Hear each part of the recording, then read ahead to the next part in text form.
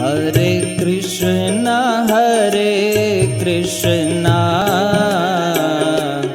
कृष्णा कृष्णा हरे हरे, हरे राम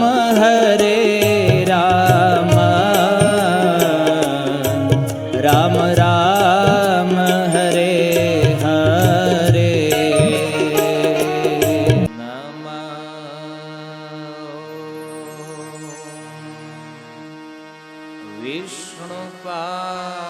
विष्णुपादाय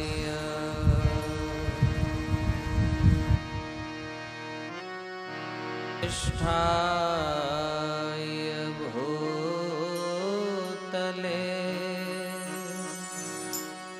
श्रीमते भक्तिवेदांत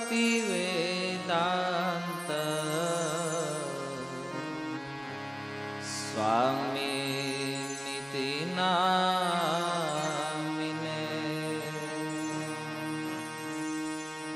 नमस्ते सरस्वते देवे गौरवाणी प्रचारिणे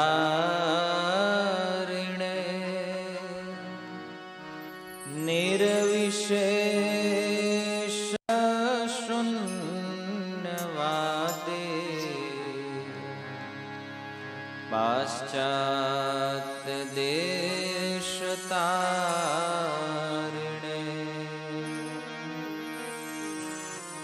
जय श्री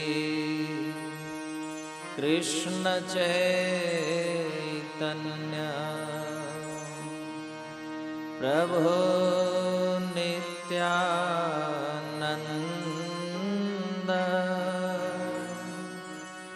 श्री अद्वैत गदाधर श्रीवासादि गौर भक्तवृंद। जय राधा माधव कुंज बिहारी, राधा माधव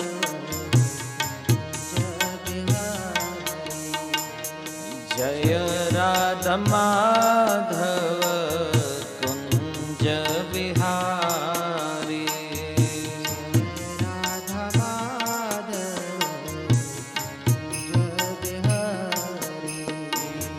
जय राधा माधव कुंज बिहारी,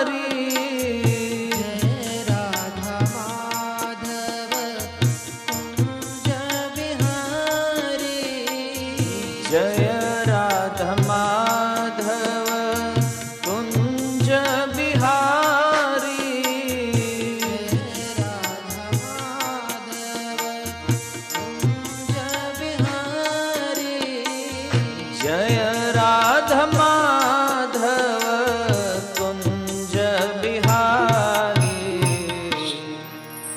जय राधा माधव कुंज बिहारी।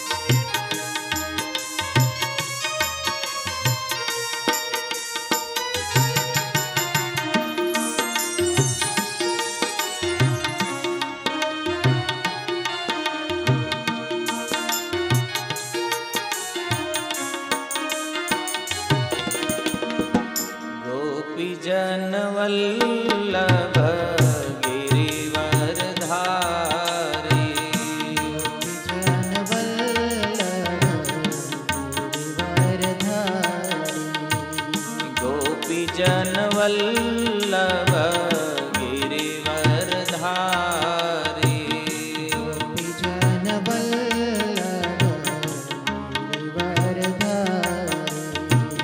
गोपीजन वल्लभ गिरिवरधारी गोपीजन वल्लभ गिरिवरधारी गोपीजन वल्लभ गिरिवरधारी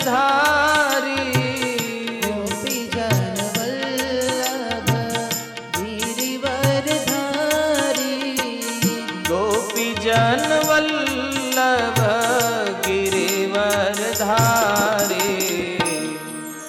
जय राधा माधव कुंज बिहारी राधा माधव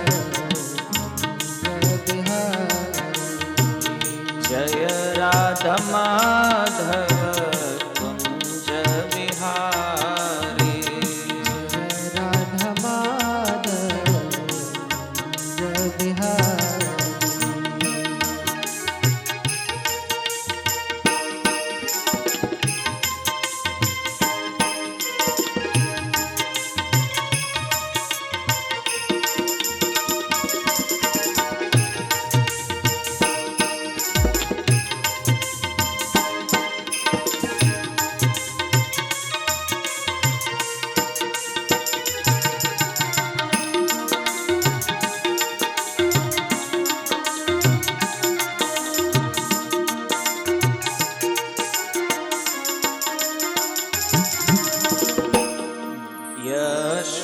यशोदनन्दन व्रज जनरञ्जन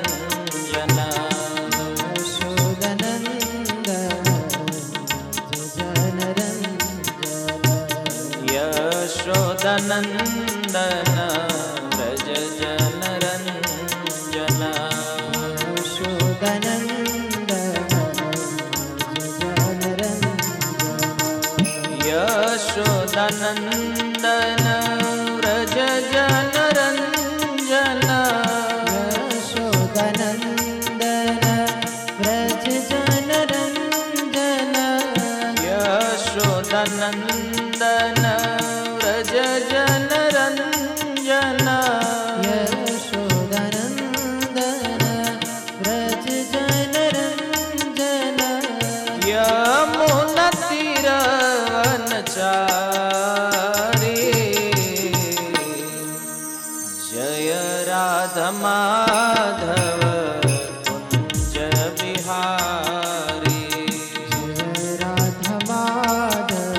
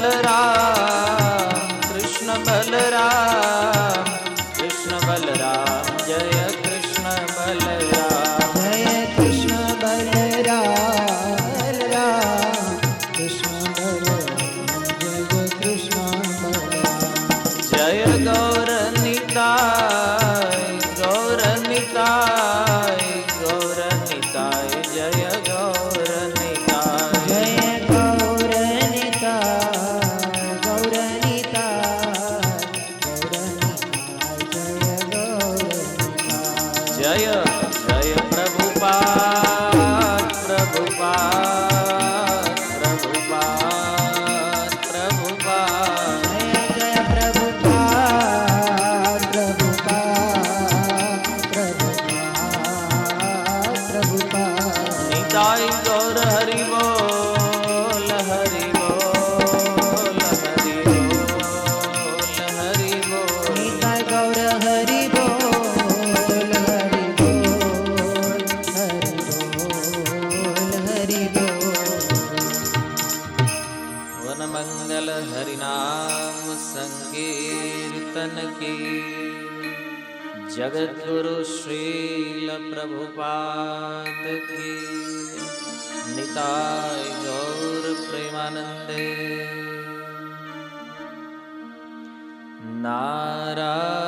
नारायणं नमस्कृत्य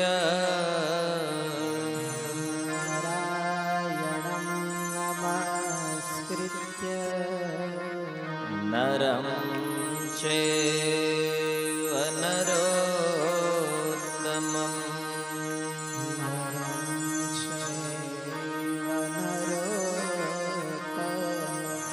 देवीं सरस्वती व्यासं देवीं सरस्वतीं व्यासं ततो जयमुदीरये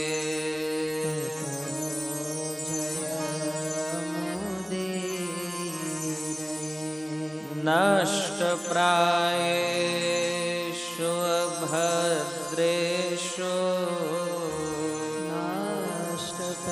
नाष्टप्रायेषु अभद्रेषु नित्यं भागवत सेवया नित्यं भागवत सेवया भगवती उत्तम श्लोके भगवती उत्तमं श्लोके भक्तिर्भवती नश्च किम्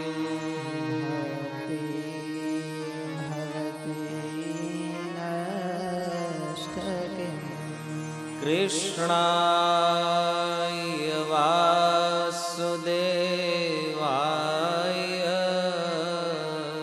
कृष्णाय वासुदेवाय देवकी नन्दनाय च देवकी नन्दनाय च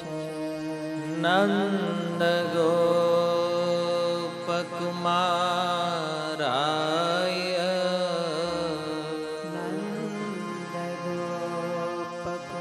नन्दगोपकुमाराय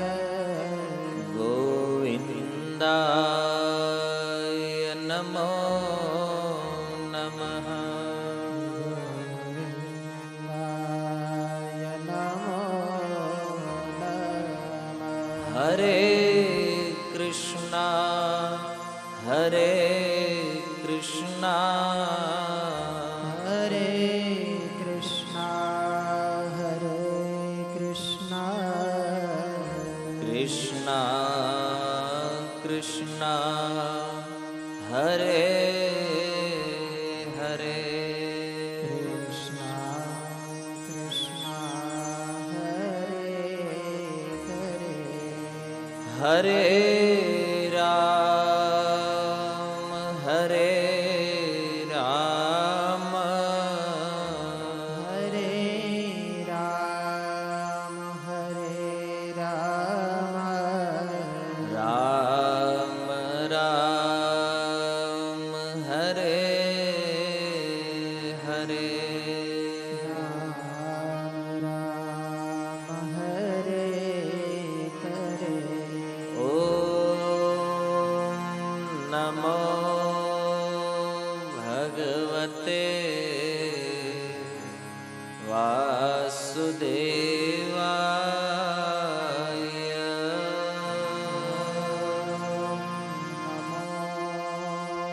ભગવતે વાસુદેવાય ઓમ નમો ભગવતે વાસુદેવાય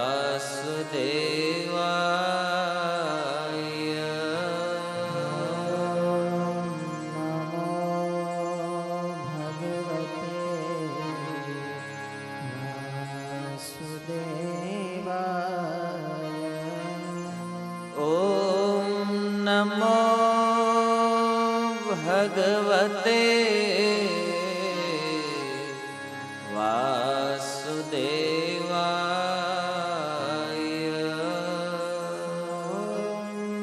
નમો ભગવતે વાસુદેવાય હરે કૃષ્ણ. શ્રીમદ ગૌ ભાગવત સપ્તાહ જ્ઞાન યજ્ઞના અંતિમ સત્રમાં આપનું હાર્દિક સ્વાગત છે.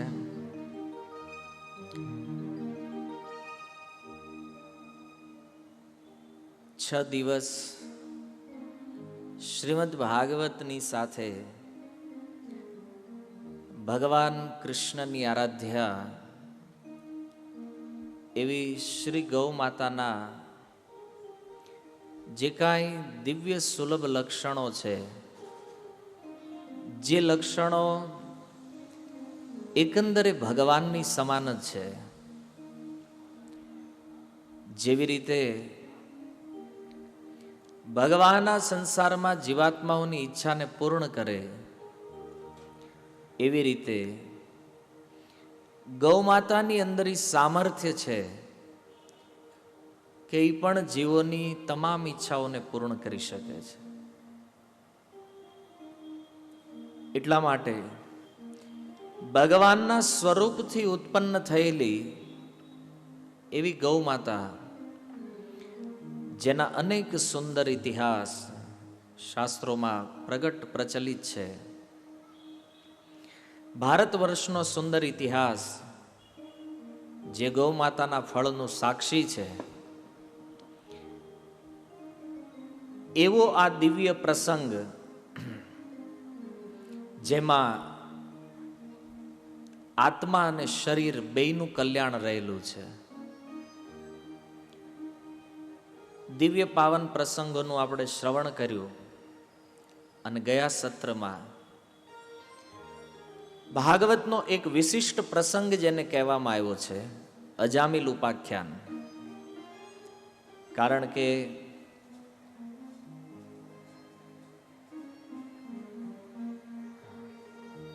હરે કૃષ્ણ કૃષ્ણ કૃષ્ણ હરે હરે, હરે રામ રામ રામ હરે કૃષ્ણ. હરે કૃષ્ણ. 2 મિનિટ.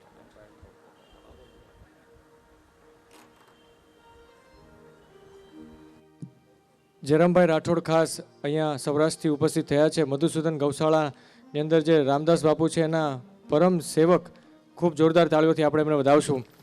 ગૌ સેવાનું ખૂબ અનેરું કાર્ય કરે છે.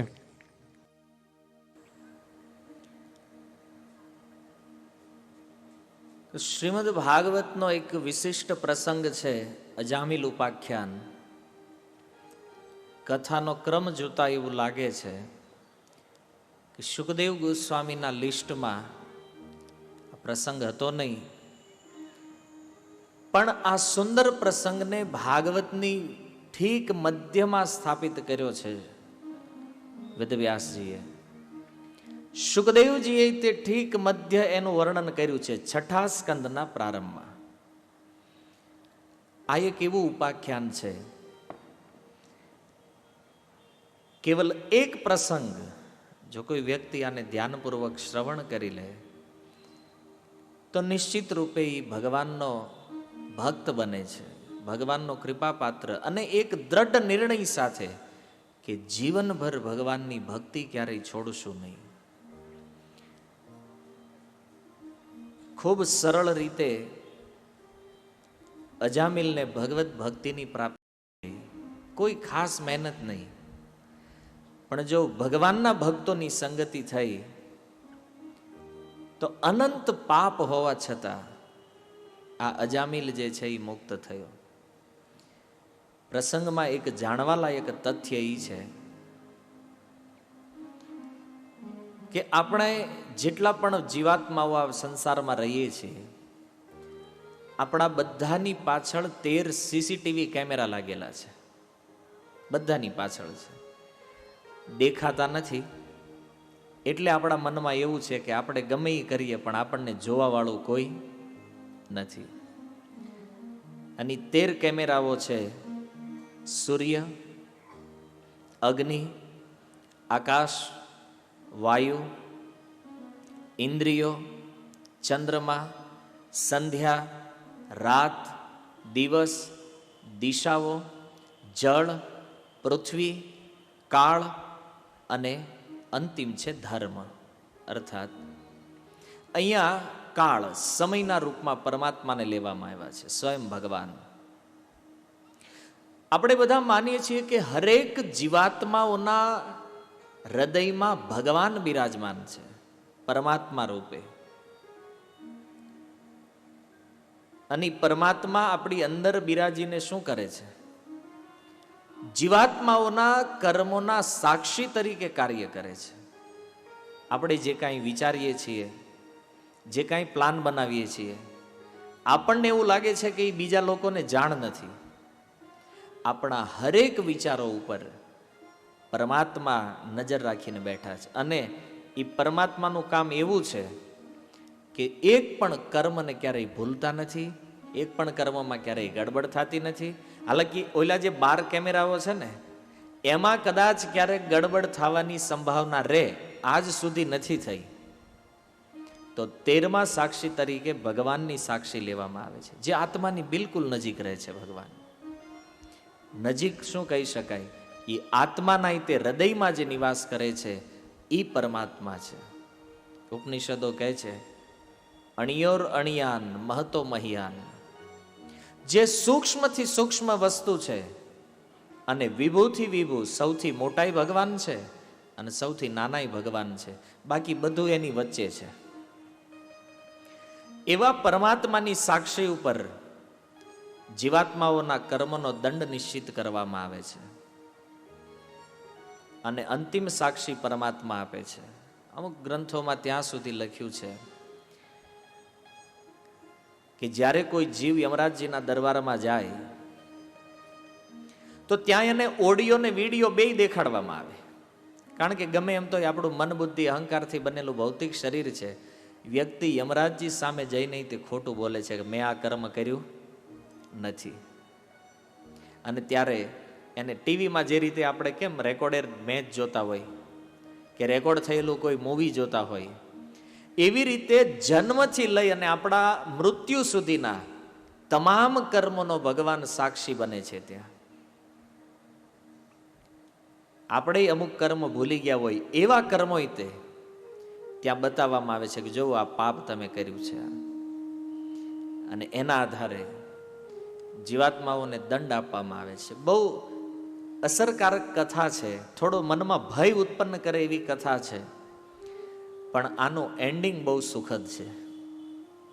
આ કથાના અંતમાં સુખદેવજીએ એક સુંદર સમાધાન આપ્યું કે પરીક્ષિત, જે રીતે અજામિલે પોતાના પુત્રનું નામ લીધું નારાયણ, ભગવાનના નામ ઉપરથી, અને એનો ઉદ્ધાર થઈ ગયો, હરિદાસ ઠાકુર ચૈતન્ય ચરિતામૃતમાં કહે છે, નામા ભાસે મુક્તિ હઈ સર્વશાસ્ત્ર કહે. નામ ભલે પુત્ર માટે લેવામાં આવ્યું હોય, કોઈ બીજા માટે લીધું હોય, પણ હરિનામ હરિનામ છે. વ્યક્તિનો નરકથી ઉદ્ધાર કરે છે, બચાવી લે છે આ સંકટમાંથી. એટલા માટે સંતાનોના નામ ભગવાનના નામ ઉપરથી રાખવા જોઈએ. કારણ કે રોજ એને બોલાવશું ને, માનો હરિ નામ હોય તો બોલાવે ને, હરિ અહીંયા બેસ, હરિ આ કર, હરિ આ કર. તો અનાયાસ બાળકોને બોલાવવામાં ભગવાનનું નામ લેવાય છે. આને કહેવામાં આવે છે નામાભાસ.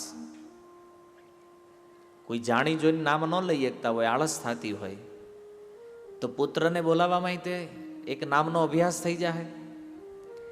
પણ તમે વિચાર કરો કે હવે પુત્રના નામ તમે ફેન્સી રાખ્યા હશે, હે ને, જોસેફ ને બધા હોય ને વિદેશી નામો, અત્યારે ક્રેઝ છે એનો, હે ને, આપણને બોલતા ન ફાવતું એવા બધા નામ હોય, ડેવિડ ને એવા બધા. તો તમે વિચાર કરો કે ડેવિડનું સ્મરણ કરતા કરતા કોઈ મરી જાય એના બાપા, શું દશા થાય એની. એટલા માટે કાલે આપણે ચર્ચા કરી કે નામકરણ જે છે ને એક સંસ્કાર છે ભારતીય પરંપરાની અંદર. નામની તે એક બહુ મોટી મહિમા છે. એટલા માટે ફેન્સી કેટલું લાગે કે ઓલ્ડ ફેશનનું કેટલું લાગે છે એની ઉપર જવા કરતા ભગવાનનું સ્મરણ કેટલું કરાવી શકે છે એ વધારે જરૂરી છે. એટલે નામ પાડવાનું કામ એવા વ્યક્તિઓના હાથમાં આપો કે જેને નામની મહિમા ખબર હોય બરાબર. અને અત્યારે નામ બગડ્યા શું કામ ખબર છે? કારણ કે પરંપરા તૂટીને. પરંપરાથી નામ પાડવાનો અધિકાર ફયો નહોતો, એ હવે જૂટવી લેવામાં આવ્યો છે. અને હવે તો એ બાબલાની મમ્મી જે કે એ જ નામ ઓકે ફાઇનલ. તો નિયમ એ હોવો જોઈએ કે કોઈ સાધુ પુરુષને બોલાવવા જોઈએ નામકરણ કરવા માટે. જેવી રીતે નંદ મહારાજે ભગવાન શ્રી કૃષ્ણ અને બલરામનું નામકરણ કરવા માટે ગર્ગાચાર્યજીને આમંત્રિત કર્યા છે, જે યાદવોના કુળ પુરોહિત છે. પણ હવે નિયમ તો એવો છે ને, આપણે સાધુ વારે તો બહુ છેટું હોય, ક્યાં પૂછવા જાવ. તો સાધુઓ કે કોઈ મહાપુરુષ ન હોય તો સેકન્ડ કેટેગરી આવે છે એના ફઈની. હવે ફઈ ગયા સાઈડમાં, એને મમ્મી અને પપ્પા બે મળીને જ નક્કી કરી લે. અને એ બે જે નક્કી કર્યું એમાં પાછું ફેમિલીનું ઓબ્જેક્શન હાલતું નથી. આ બે જે નક્કી, કારણ કે પછી તો ત્યારે વેલ્યુ એની જ હોય ને. નવા નવા પુત્રને પરિવારમાં પ્રદાન કર્યો હોય, નવો વંશ આપ્યો હોય. એક સંસ્કૃતિ વિનષ્ટ થઈ ગઈ આમાં. ક્યારે પરિવર્તન થઈ ગયું ખબર ન રહી સમયમાં. તો અજામિલ ઉપાખ્યાનથી વાત સિદ્ધ થઈ કે નામની અનંત મહિમા છે. પ્રેમથી જો ભગવાનનું નામ લેવામાં આવે તો 100% ભગવાન રક્ષા કરે છે. આ તો એનું પુત્રનું નામ લીધું તોય અજામિલની રક્ષા થઈ ગઈ. તો આજે જેટલા મંડપમાં કે આ કથા ગ્રાઉન્ડમાં જે લોકો બેઠા છે, અહીંયા કોઈ વ્યક્તિ એવો તો નહીં હોય જે અજામિલ જેટલો પાપી હશે. એવો અહીં તેમ ગોતવા નીકળો તોય કોઈ નહીં મળે તમને. આપણે ભલે કહીએ બહુ કળિયુગ છે કે આ તે જે હોય, પણ અજામિલ જેવો પાપી તમને આખા સુરતમાં લગભગ નહીં મળે ક્યાંય. અને એવા વ્યક્તિનો તે જો નામાભાસથી ઉદ્ધાર થઈ ગયો હોય તો આપણે તો વિચારવાની જરૂર જ નથી. રાત દિવસ ખાતા પીતા ઉઠતા બેઠતા સૂતા હરેક ક્ષણ ભગવાનના નામનું સ્મરણ કરતા રહેવું જોઈએ. કારણ કે આનાથી જીવનું કલ્યાણ કરી શકે એવું અન્ય કોઈ સાધન છે જ નહીં. યમરાજજીના જે દૂતો ગયા યમરાજજી પાસે, એમને એક સુંદર શ્લોક કહેવામાં આવ્યો છે. એમણે કીધું, ધર્મમ તું સાક્ષાત ભગવત પ્રણીતમ. ધર્મનું સ્ટાન્ડર્ડ ભગવાન નક્કી કરે છે. અને આ રીતે નામની સુંદર મહિમાને સ્થાપિત કરી સુખદેવ ગોસ્વામીએ કથાનો દોર આગળ વધારે. સપ્તમ સ્કંદની અંદર શ્રી પ્રહલાદ મહારાજની કથાનું વર્ણન કર્યું કે જ્યાં આ નામ સ્મરણના એક પ્રભાવથી પ્રહલાદ મહારાજને જન્મથી ભગવાનના નામમાં રુચિ હતી. નૈસર્ગિકી મતિમ્રતિ એમાં લખ્યું છે સુખદેવજીએ. કોઈ એને શીખવાડવા નથી આવ્યું, કોઈ એને પ્રીચિંગ નથી આપ્યું, જન્મજાત ભક્તિ છે. માતાના ગર્ભમાં નારદ મુનિ દ્વારા શિક્ષણ પ્રાપ્ત થયું અને નારદજીની કૃપાથી ભગવત ભક્ત બન્યા પ્રહલાદ મહારાજ. પ્રહલાદ મહારાજના જીવનની તે એક બહુ સુંદર ઘટના છે, સ્મરણ આવી રહી છે એટલા માટે કહી દઉં. પદ્મપુરાણમાં લખ્યું છે કે ભગવાનના આટલા મહાન ભક્ત હોવા છતાં એનો જન્મ અસુર કુળમાં કેમ થયો? આ પ્રહલાદ મહારાજ એના પૂર્વ જીવનમાં એક બ્રહ્મચારી હતા, એક પંડિત વ્યક્તિ, ભગવાનના ભક્ત હતા. અને ભગવાનની ભક્તિ કરવા માટે એમણે પોતાના સંસાર, ઘર પરિવાર બધાનો ત્યાગ કરી પ્રતિદિન 24 કલાક ભગવાનના ચિંતનમાં નિમગ્ન રહેતા. એક દિવસ એના મનમાં વિચાર થયો કે કોઈ એવી સારી જગ્યાએ જઈ અને હું ભગવાનની ભક્તિ કરું. એક સુંદર વન હતું અને વનની અંદર જઈ પોતે કુટિયા બનાવી ભગવત ભજન કરવા લાગ્યા. અને એ ક્ષેત્રની અંદર એક બહુ મોટા અસુરનો પ્રવેશ થયો. એ અસુર જેવો એ ક્ષેત્રમાં પ્રવેશ કર્યો બ્રહ્મચારીના રૂપમાં. પ્રહલાદ મહારાજના હૃદયમાં એટલો ભય પ્રગટ થયો કે આ અસુર જો મને મારી નાખશે, મારું ભજન અધૂરું રહી જાય. હું ભક્તિ કરવા માટે આ ક્ષેત્રમાં આવ્યો છું ને આ સમયે આ ક્યાંથી આણે પ્રવેશ કર્યો છે? એ ભયમાં ને ભયમાં એ બ્રહ્મચારીનું મૃત્યુ થઈ ગયું, એનું શરીર છૂટી ગયું. અસુરના ભયના કારણે મૃત્યુ સમયે ચિંતન અસુરનું રહી ગયું અને એટલા માટે એમનો દ્વિતીય જન્મ અસુર કુળમાં થઈ ગયો. પણ ગીતામાં ભગવાન કહે છે જન્મ કોઈ પણ કુળમાં થઈ જાય ભક્તનો, કોઈ ચિંતા કરવાની જરૂર નથી. કેમ? નમે ભક્ત્યા પ્રણશ્યતિ. હે અર્જુન, મારી ભક્તિ કે મારા ભક્તનો ક્યારેય નાશ થતો નથી. ભક્તિની સ્મૃતિ રહેવાના કારણે બહુ નજીક હતા ભગવત પ્રાપ્તિથી. અને એ સમયે આ ઘટના બની. સદગુરુના રૂપમાં નારદ મુનિનો સંગ થયો અને નારદજીની કૃપાથી માતાના ગર્ભમાં સાધુ સંગ તો થોડો એવો કાફી છે જીવનમાં. સાધુ સંગ સર્વશાસ્ત્ર કહી, લવ માત્ર સાધુ સંગ સર્વ સિદ્ધિ હૈ. ગર્ભની અંદર મળેલો સાધુ સંગ. પ્રહલાદ મહારાજ ભગવાનના ભક્ત તરીકે પ્રગટ થયા અને આ એવો સમય હતો જ્યારે આખા બ્રહ્માંડમાં કોઈ ભક્ત નહીં, પ્રહલાદને છોડીને કોઈ ભક્ત નહીં. છતાં એક સ્મરણ, ઓમ નમો ભગવતે વાસુદેવાય, પ્રતિ ક્ષણ ભગવાનનું સ્મરણ કરવાના કારણે જો એના હાથમાં જોડી માળાય નહોતી. શું કામ? કારણ કે બાપો જ એટલો મોટો આતંકવાદી હતો કે માળા લઈને નીકળે તોય મારી નાખે ગમે એને. વિચાર કરો, આખા બ્રહ્માંડની અંદર કોઈની તાકાત નહોતી વિષ્ણુનું નામ લઈએ કે, પણ પોતાના જ ઘરે, કહાવત આપણે ગુજરાતમાં કે જેને કોઈ ન પોગે એને એનું પેટ પોગે. પ્રહલાદ મહારાજનો જન્મ થયો. આટલા મહાન ભક્ત હિરણ્યકશિપુએ વિચાર કર્યો કે આખું બ્રહ્માંડ મને ઈશ્વર માને છે અને આ એક 5 વર્ષનો બાળક મારી સત્તાને માનતો નથી. નક્કી કોઈકે કાન ભર્યા લાગે છે આના. બાળકને હું ખબર પડે? બહુ તપાસ કરી, ખબર પડી કે આને તો સ્વતઃ ભક્તિ સિદ્ધ છે. ભગવાનનું સ્મરણ કરવાના કારણે અનેક અત્યાચારો થયા પણ પ્રહલાદ મહારાજને કાંઈ ન થયું. કથા પ્રસંગ આપણે જાણીએ છીએ. કહેવાનું તાત્પર્ય એ છે, કેવલ ભગવાન નામના સ્મરણના કારણે પ્રહલાદ મહારાજે ભગવાન નરસિંહદેવને પ્રગટ કરાવ્યા. એનો વિશ્વાસ કેટલો અડગ હશે વિચારો તમે. 5 વર્ષનો બાળક છે અને એના પિતાએ કીધું આ થાંભલામાં ભગવાન છે, તારો વિષ્ણુ છે ક્યાં? બોલે તમારે ક્યાં જોવો છે? તો કે આ થાંભલામાં છે. તો કે હા મને દેખાય છે. હિરણ્યકશિપુ નથી દેખાતું. કારણ કે ભગવત ભક્તોનો આ સ્વભાવ છે કે પ્રત્યેક કણમાં ઈશ્વરનું દર્શન કરે છે. પ્રહલાદે કીધું અહીંયા ભગવાન જ્યાં ઈ તો યતો યતો યામી તતો નરસિંહ, ઈતો નરસિંહ પરતો નરસિંહ. જ્યાં જોવો ને બધી જગ્યાએ ભગવાન છે. તો એને કીધું આ થાંભલામાંથી પ્રગટ કર્યા ભગવાન નરસિંહ. નરસિંહ ભગવાને હિરણ્યકશિપુનો વધ કર્યો, પોતાનું ધામ પ્રદાન કર્યું, કારણ કે અંતતઃ એમના પાર્ષદ છે. પણ પ્રહલાદના પિતા હોવાના કારણે તે એમને ભગવત ધામની પ્રાપ્તિ થઈ. સપ્તમ સ્કંદમાં પ્રહલાદ મહારાજનું આ સુંદર ચરિત્ર વર્ણન કરે કે ભગવાનના નામ સ્મરણથી આવવાવાળા જન્મોની અંદર તે આ ભક્તિનો ક્યારેય નાશ થતો નથી. કેટલું સુંદર છે. આ જીવનમાં આપણે બહુ ભણીએ ભણી ગણી ડોક્ટર થયા, એન્જિનિયર થઈ ગયા, આઈએએસ બન્યા, આઈપીએસ થયા, બધું બની ગયા, પણ મૃત્યુ આવે ને એટલે આ બધું ભૌતિક જ્ઞાન ખતમ. કોઈ બાળક જન્મીને એમ ન કહીએ કે નહીં હું તો ગયા જન્મમાં ડોક્ટર હતો, MBBS, હવે હું નહીં ભણું.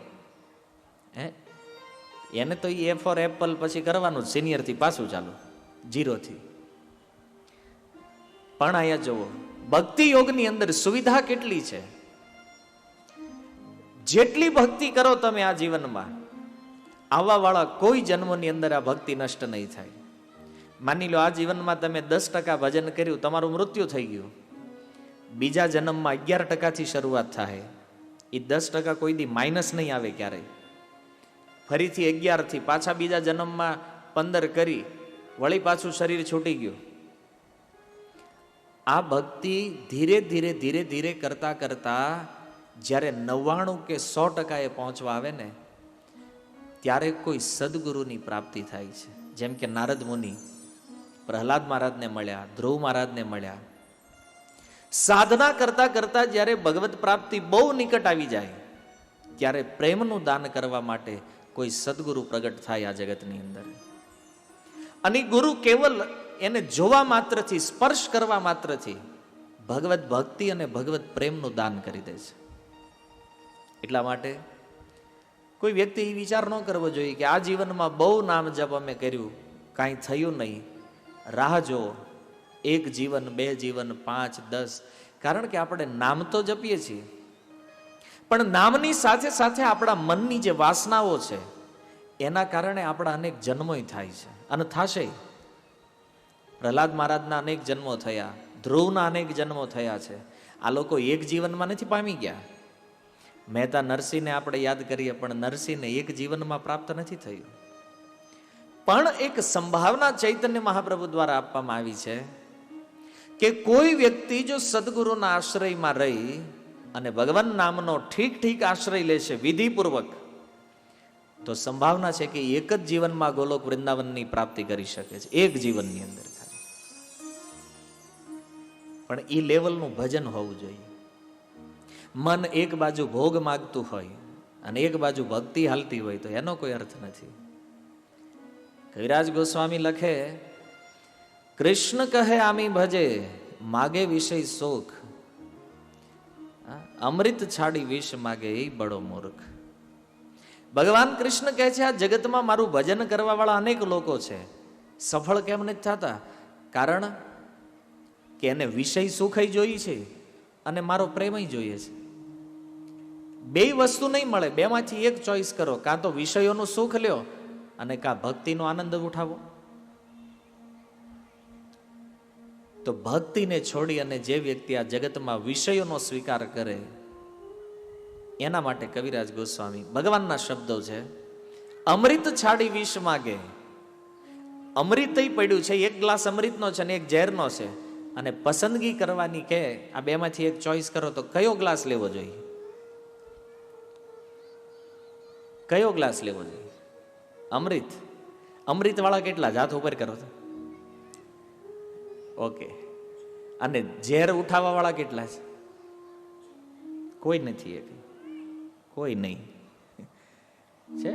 ઝેર ઉઠાવવા વાળા જ હોય.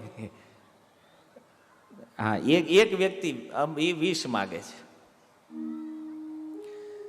તો કે જે અમૃત પડ્યું હોય તો પછી ઝેર પીવાની શું જરૂર છે ભાઈ? એ તો અમૃત છાડી વિષ માગે એ બડો મૂર્ખ. પણ તોય માનો કે આ બે હાલતું હોય તો ભજન નહીં તે ભોગઈ તે. તો ભગવાન કહે છે, સેઈ મૂર્ખ આમી વિજ્ઞ વિષય કેને દીબ. એ તો મૂર્ખ વ્યક્તિ છે કે ઝેર માગશે, પણ હું તો એનો પિતા છું ને, હું થોડી આપીશ. એટલા માટે ભગવાન પોતાના ભક્તોને ભોગોથી દૂર રાખે છે. ઘણી વાર લોકો પ્રશ્ન કરે એ કે આ કૃષ્ણની ભક્તિ કરતા હોય ને આ મોટા ભાગે ગરીબ જ હોય, પૈસા વાળા હોય નહીં. આ ભગવાનની ભક્તિ કરે ને ગરીબ, અને દેવી દેવતા વાળા તો કે એ તો છપ્પર ફાડ કે પૈસા હોય એની પાસે. આમ કેમ થાય છે? એક નાનો એવું બાળક હોય અને માનો દવાની બોટલ પડી હોય ને બાળક એને પકડીને પીવા જાય તો શું મા એને પીવા દેશે? પિતા એને પીવા દેશે? એ બાળકને ખબર નથી કે આ દવા મારા માટે કામની છે કે નથી કામની. એમ જીવને ખબર નથી કે આ વિષય બહુ કામનો છે કે નહીં. પણ જે ભગવાનને શરણાગત છે એને ભગવાન આવા વિષયોથી દૂર રાખે છે. કારણ જેટલી ઈચ્છાઓ જાગશે મનમાં, જેટલી વિષય વાસનાઓ જાગશે, એટલા જન્મો થશે. પણ જો આશ્રય ભક્તિનો હશે તો એ ચોક્કસ છે કે એક દિવસ આપણે પાર થઈ જશું, તરી જશું આમાંથી. એટલા માટે ધૈર્યપૂર્વક વ્યક્તિએ ભગવાન નામ સંકીર્તન કરતા રહેવું જોઈએ. હરે કૃષ્ણ કૃષ્ણ કૃષ્ણ હરે હરે, હરે રામ રામ રામ હરે હરે. જીવન નિર્વાહી ચાલશે, વ્યવહારય ચાલશે અને ભજનય ચાલશે. પણ અંતે શું થશે? સંસારમાંથી મન જે છે એ વૈરાગ્યમાં આવી જાય અને ભક્તિમાં જે છે, ભગવાનમાં જે છે એ આસક્તિ લાગી જશે. અને આ જ જીવનની સૌથી મોટી સફળતા છે. બસ આ પ્રેક્ટિસ કરવાની છે. આ ભક્તિ યોગ છે. પ્રહલાદ મહારાજે પૂર્વ જીવનમાં કરેલું ભજન અસુરોના ભય દ્વારા મળેલી વિષય વાસનાના કારણે અસુર કુળમાં પ્રવૃત્ત હોવા છતાં ભગવાનના મહાન ભક્ત થયા. અષ્ટમ સ્કંદની અંદર મન્વંતર કથાઓનું વર્ણન થયું છે. બ્રહ્માજીના એક દિવસમાં 14 મનુઓ થાય છે અને 14 મનુઓ જ્યારે પ્રગટ થાય એમની રક્ષા કરવા માટે ભગવાન અવતાર લે છે. ભગવાનના યુગાવતાર, ગુણાવતાર, કલા અવતાર, મન્વંતર અવતાર, આ બધા અવતારો નિરંતર થતા રહે છે. અને ભગવાનના એ મન્વંતરોમાં વર્ણન ભાગવતના અષ્ટમ સ્કંદમાં થયું, જેમાં 2 લીલાઓ સૌથી મુખ્ય છે. એક છે ગજેન્દ્ર મોક્ષ, જેની ચર્ચા આપણે આગળ કરી. ભગવાને ગજેન્દ્રનો ઉદ્ધાર કર્યો. અને દ્વિતીય છે સમુદ્ર મંથન. દેવતાને અમૃત અને અસુરો જે હતા એ અમૃતથી વંચિત રહ્યા. ભગવત કૃપા દેવતાઓને પ્રાપ્ત થઈ છે. કથાનો સાર આપતા સુખદેવજીએ કીધું કે આ જગતમાં મહેનત ભલે ગમે એ વ્યક્તિ ગમે એટલી કરે, પણ પરિણામ અંતે એ વ્યક્તિના ખાતામાં જશે જે ભગવાનને શરણાગત થયો છે. એટલા માટે ભગવાનને શરણાગત રહીને યદિ જો પ્રયાસ કરવામાં આવે તો ફળ નિશ્ચિત આપણા ખાતામાં આવશે. પ્રયાસ અસુરોએ સરખો જ કર્યો હતો અને દેવતાઓએ સમાન કર્યો હતો. પણ ભગવાનની કૃપાના કારણે દેવતાઓ વિજયી થયા, અમૃતની પ્રાપ્તિ થઈ. આ સંસારમાં આપણને આપણા પ્રયાસથી કંઈક પ્રાપ્ત કરવાની ઈચ્છાઓ રાખીએ છીએ, પણ ભગવત કૃપા વગર આ ઈચ્છાઓને કોઈ પૂર્ણ કરી શકે નહીં. સમુદ્ર મંથન પ્રસંગમાં સુખદેવ ગોસ્વામીના કહેવાનું એકમાત્ર તાત્પર્ય એ છે કે ભગવાન કોઈ જીવનો ક્યારેય પક્ષપાત નથી કરતા. એવું નથી એને દૈત્ય પ્રિય નથી, અસુરો પ્રિય નથી, દેવતાઓ પ્રિય છે. ના, ભગવાનની એક જ કન્ડિશન છે, જે શરણમાં આવ્યો એની રક્ષા હું કરીશ. જો પ્રહલાદ મહારાજ અસુર છે છતાં ભગવાને રક્ષા કરી કે નહીં? પ્રહલાદના પુત્ર વિરોચન અને એના પુત્ર બલિ, એની રક્ષા ભગવાન આજે કરે છે. કુળ ચાહે અસુરોનું હોય કે ગમે એ હોય, ભગવાનનો ભક્ત કોઈ પણ કુળમાં હોય, ભગવાન ક્યારેય ભક્તના કુળને નથી જોતા. અને કુળ જોઈને જો ઉદ્ધાર કરતા હોત તો પછી આપણો થઈ જવો જોઈએ અને ગજેન્દ્ર રહી જવો જોઈએ. એક હાથીના શરીરમાં હોવા છતાં ભગવાને એનો ઉદ્ધાર કર્યો છે. મૂળ સમજવાની વાત એ છે કે ભક્તિને કોઈ બાઉન્ડ્રી નડતી નથી. શરીર ગમે એવું હોય, કુળ ગમે એવું હોય, જાત ગમે એવી હોય, ભક્તિ કરવા માટે કોઈ બાધા નથી. ગમે એવી પરિસ્થિતિમાં વ્યક્તિ ભજન કરી શકે છે. બસ એક સંકલ્પ હોવો જોઈએ કે નહીં, ભજન કરવું છે. બસ નવમ સ્કંદની અંદર ઈશાનું કથાનું વર્ણન છે. સૂર્યવંશ અને ચંદ્રવંશના જે મહાન પ્રતાપી રાજાઓ હતા, મહારાજ અંબરીશ, મહારાજ નભાગ, ચ્યવન ઋષિ, આ બધાના ચરિત્રો નવમ સ્કંદમાં કીધા. સૂર્યવંશનું વર્ણન કર્યું, ચંદ્રવંશનું વર્ણન કર્યું, મહારાજ યાતિ, પુરુરવા, આ બધાની કથાઓ નવમ સ્કંદમાં કીધી. અને નવમ સ્કંદને પૂર્ણ કરે ત્યારે પરીક્ષિત મહારાજે ભગવાન કૃષ્ણના જન્મના વિષયમાં જિજ્ઞાસા કરી. અને જન્મ તો થઈ ગયો છે આપણી કથામાં, કારણ કે ત્યારે જ ગોચારણ કરવા ગયા છે. જન્મ ન થયો તો બીજા ગાયું ચારવા કેમ જાત? તો ભગવાન કૃષ્ણ એમના જન્મોત્સવમાં ગૌમાતાના વિષયમાં એક સુંદર વાત સુખદેવજી લખે. નંદ મહારાજે 20 લાખ ગાયોનું દાન કર્યું છે. જીવ ગોસ્વામીએ આ મતનું સમર્થન કર્યું છે, કારણ કે ગૌધન જે છે એ જ આ સંસારની અંદર સૌથી મોટું ધન છે. પૂર્વના સમયમાં પણ જ્યારે બ્રાહ્મણોને દાન આપવામાં આવતું તો ગાયોનું દાન કરવામાં આવતું, કારણ કે આનાથી શ્રેષ્ઠ દાન આ સંસારમાં કોઈ નથી. તો ભાગવતી પ્રમાણ છે. ભગવાન કૃષ્ણ અને બલરામ એ જ ગૌ માતાઓ અને વાછરડાઓ સાથે રમતા, અનેક એમની સુંદર બાળ લીલાઓનું વર્ણન જીવ ગોસ્વામીએ કર્યું. નંદ ભવનની અંદર આંગણામાં 9 લાખ ગાયો બેસતી. અને વાતને પ્રમાણની કોઈ આવશ્યકતા નથી, કારણ કે આજે તમે જાઓ ગોકુળની અંદર તો એ આંગણું એટલું મોટું છે વિસ્તૃત કે એ કલ્પના કરી શકાય કે હા, અહીંયા 9 લાખ ગાયોને બેસવું અસંભવ નથી આજે તે. પણ ગર્ગ સંહિતાની અંદર ગર્ગાચાર્યજીએ લખ્યું કે વ્રજ જે છે ને એ એક સહસ્ત્રદળ કમળની જેવું છે. કમળ જેવી રીતે ભેગું થઈ શકે અને ખુલી શકે, એનો વિસ્તારય થઈ શકે, એમ ભગવાનની ઈચ્છા અનુસાર વ્રજનો વિસ્તારય થાય છે અને એ વ્રજ સંકુચિત પણ થઈ જાય છે. તો એવા બ્રજની અંદર ભગવાન શ્રી કૃષ્ણની બહુ સુંદર બાળ લીલાઓ છે, જ્યાં એમણે માખણ ચોરીની લીલા કરી છે, જે સૌથી પ્રસિદ્ધ લીલા છે ભગવાન કૃષ્ણની. ઘણા લોકોને આમાં આપત્તિ છે. ઘણા લોકો એ કહે છે ભગવાન હતા ચોરી શું કામ કરી? તો પહેલો પ્રશ્ન એ છે, તમારા ઘરેથી જ નથી લઈ ગયા ને કાંઈ?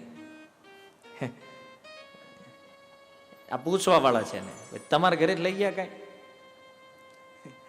અરે ઈ ભગવાન ગીતામાં ખુલ્લું કહે છે કે હે અર્જુન, આ બધું મારું છે અને મારાથી ઉત્પન્ન થયું છે. તો પોતાની વસ્તુ કોઈ પોતે લઈ લે, એમાં ચોરી ક્યાં છે? ચોરીની પાછળનો સુંદર ભાવ સુરદાસજી પ્રગટ કરતા કહે છે કે ભગવાન જ્યારે કોઈ વસ્તુને ગ્રહણ કરે છે ને, ત્યારે પોતાના ભક્તના ભાવને એ ગ્રહણ કરી રહ્યા છે. નંદ ભવનમાં એકવાર કૃષ્ણ યશોદાજીને કહેતા કે મૈયા, મને છે ને માખણ બહુ ભાવે છે. એક ગોપીએ સાંભળ્યું અને એના મનમાં ઈચ્છા થઈ કે આ કૃષ્ણ જો મારા ઘરે આવે ને તો હું એને સુંદર માખણ ખવડાવીશ. ગોપીઓની કામના રહેતી, ભાવના હતી એની કે કૃષ્ણ અમારા ઘરે આવે, ચોરી કરે અને ચોરીના બાને અમને દર્શન આપે. મોટા મોટા આચાર્યોએ બહુ સુંદર ભાવ આ લીલાઓ પાછળ પ્રગટ કર્યા. ગોપીઓની ઈચ્છાને પૂર્ણ કરવા ભગવાન એના ઘરે જઈ અને માખણ ખાતા. તો એક પ્રશ્ન થાય, તો પછી ફરિયાદ લઈને હું કામ જાતી? જો એની જ ઈચ્છા હતી કે કૃષ્ણ ઘરે આવે અને એનું દર્શન, તો ભાઈ ફરિયાદ હું કામ કરી? તો કે ફરિયાદ કરવાના બાને ત્યાં નંદ ભવનમાં કૃષ્ણનું દર્શન થઈ જાય. જ્યારથી કૃષ્ણનો જન્મ થયો છે, આ ગોપીઓનું એક જ કામ છે, ગમે એ બાને આનું દર્શન થવું જોઈએ, આનું મુખ જોવા મળે, બસ આ એક અભિલાષા છે. પછી ઘરના કામો બરાબર થતા હોય ન થતા હોય એની કોઈ ચિંતા નથી, એક જ ચિંતા છે, આનું દર્શન મળવું જોઈએ. આ ભાવ લઈ ભગવાને સુંદર માખણ ચોરી લીલા કરી.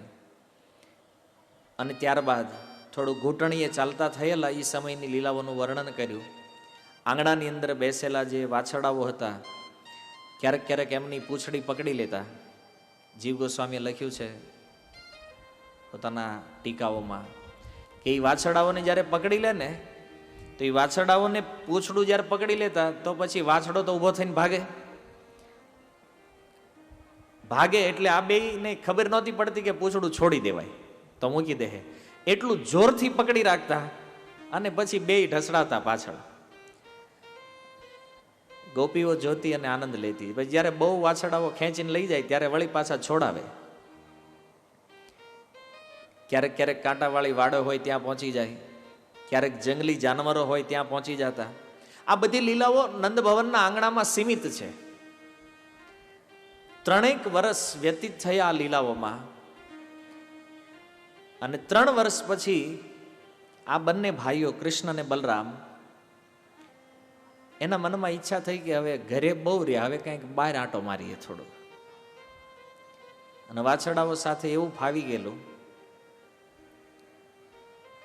તો વાછરડાઓ સાથેનો એનો જે અંગત પ્રેમ નંદ મહારાજને ખ્યાલ હતો કે આ બેયને આ નાના નાના વાછરડાઓ સાથે રહેવું ગમે છે, એની હારે જ વધારેમાં વધારે સમય પસાર કરે છે. ભગવાનના બાળપણની આ લીલાનો તે એક આનંદ છે. ગાયોની સાથે રહેવું, ગાયોને ચરાવવા જવું. કોઈક સંસ્થા તો વિશ્વમાં એવી આવશે કે જે આ કાર્ય કરશે પાછું, કે બાળકોને આ આનંદ આપે.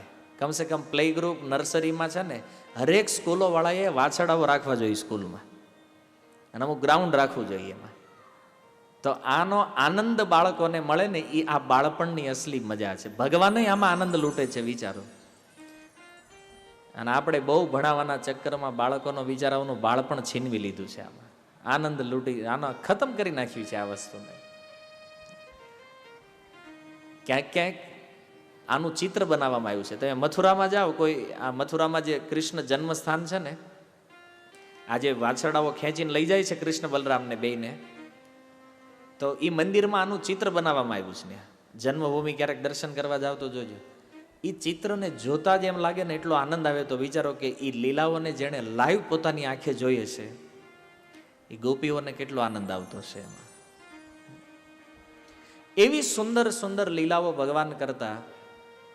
પણ એમના મનમાં એકવાર ઈચ્છા થઈ કે હવે અહીંથી થોડુંક બહાર નીકળીએ.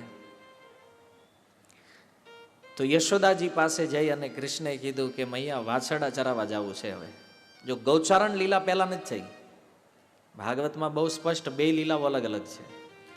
સૌથી પહેલા કૃષ્ણને બલરામને વાછરડાઓ આપવામાં આવ્યા છે. અને એ જે ગોપ મંડળી જે હતી, ગોકુળના જે ગોપ સખાઓ જેટલા પણ જ્યાં હતા, તો નિયમ એવો હતો કે કોઈ પણ બાળકને સૌથી પહેલા વાછરડાઓ ચરાવવાની ટ્રેનિંગ આપવાની. પછી જ્યારે એ થોડાક મોટા થાય, 6 વર્ષથી મોટા થઈ જાય, પછી એને ગાયો ચરાવવા માટેની ટ્રેનિંગ મળતી. તો આ બેયને તો ટ્રેનિંગ લેવાની જરૂર જ નહોતી, કારણ કે વાછરડાઓ સાથે પ્રેમ જ એટલો હતો કે વાછરડાઓની સામે આ બેય જ્યારે ઊભા રહી જાય, તો ઊભા રહી જાય ને તોય ઓલા કાંઈ કરે નહીં. કારણ કે જે વાત્સલ્ય યશોદાજીની અંદર હતું, એ જ વાત્સલ્ય ગાયોમાં હતું. અને જે વાત્સલ્ય ગાયોમાં છે, એ જ વાત્સલ્ય ત્યાંના જે વાછરડાઓ અને બળદ જેટલા પણ હતા, એ બધામાં કૃષ્ણ પ્રત્યે આટલું વાત્સલ્ય છે. યશોદાજીને જઈને કીધું કે મારે વાછરડા ચરાવવા જવા છે. યશોદાજી કે પેલા ધોતી હરખી બાંધતા શીખ પહેલા તો. કેમ? કારણ કે આ જ્યારે કૃષ્ણ કહેવા આવેલા ને, તો એમાંથી એવું રસ્તામાં ધોતી ખુલી ગઈ એની. તો ધોતીનો એક છેડો ખુલ્યો, ધોતી એકદમ પાછળ ખેંચાતી ખેંચી. યશોદાજી કે પેલા આ હરખું સંભાળતા શીખ, પછી વાછરડા તું ચરાવવા જાય.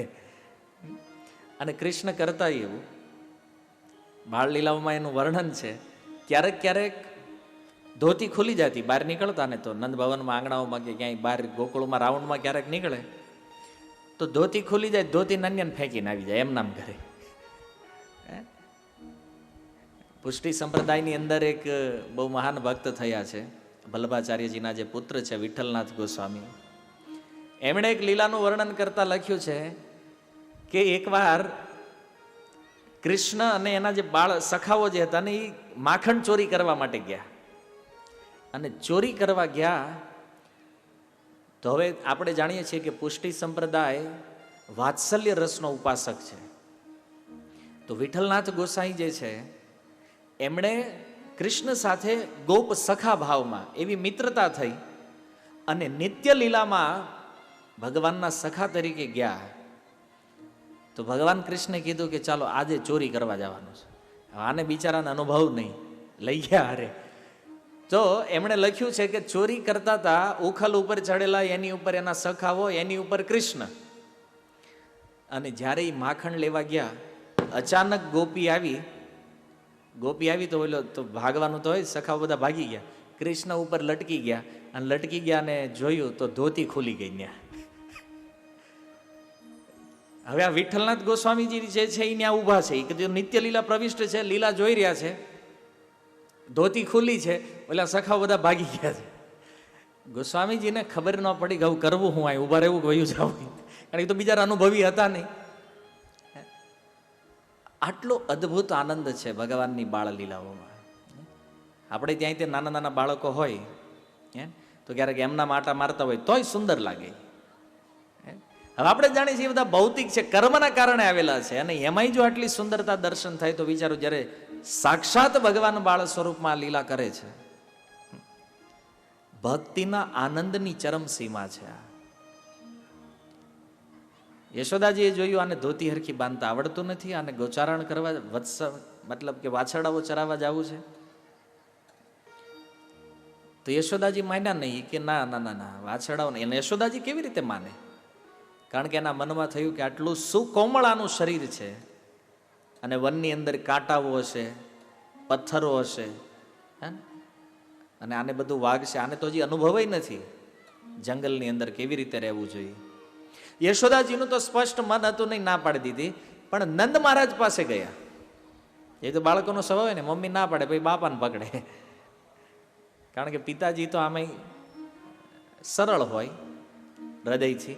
તો નંદ મહારાજ પાસે ગયા જ્યારે કૃષ્ણે જઈને કીધું કે બાબા મારી ઈચ્છા છે કે હવે હું વાછરડા ચરાવવા માટે જાઉં. નંદ મહારાજને અનુભવ કે આને વાછરડા ચરાવવા મોકલશું તો આમાં કઈ વાંધો નહીં આવે. કેમ?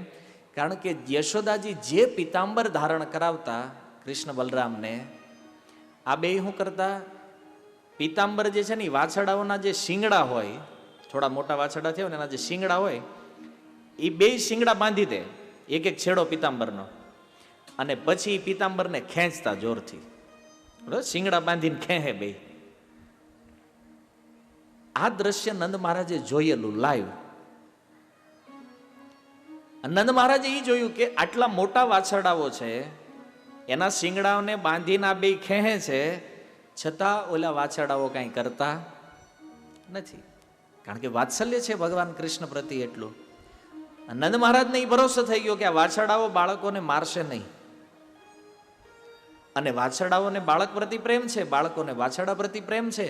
અને એટલા માટે નંદ મહારાજે કીધું કે એક શુભ મુહૂર્ત જોઈ અને તમને વાછરડાઓ ચરાવવાની પરમિશન આપવામાં આવશે. આ બે તો ઠેકડા મારવા માંડ્યા કૃષ્ણ બલરામ, ચાલો આપણું કામ થઈ ગયું કે હવે બાબાની પરમિશન મળી છે. નંદ મહારાજે શાંડિલ્ય મુનિને બોલાવ્યા, જે આખા બ્રજના પુરોહિત છે, આપણી કથાના આરંભથી જ જે ઇન્વોલ્વ છે આમાં. શાંડિલ્ય મુનિને કીધું એક સરસ મુહૂર્ત કાઢો કે જ્યારે આ લોકો વાછરડાઓ ચરાવવા માટે જશે.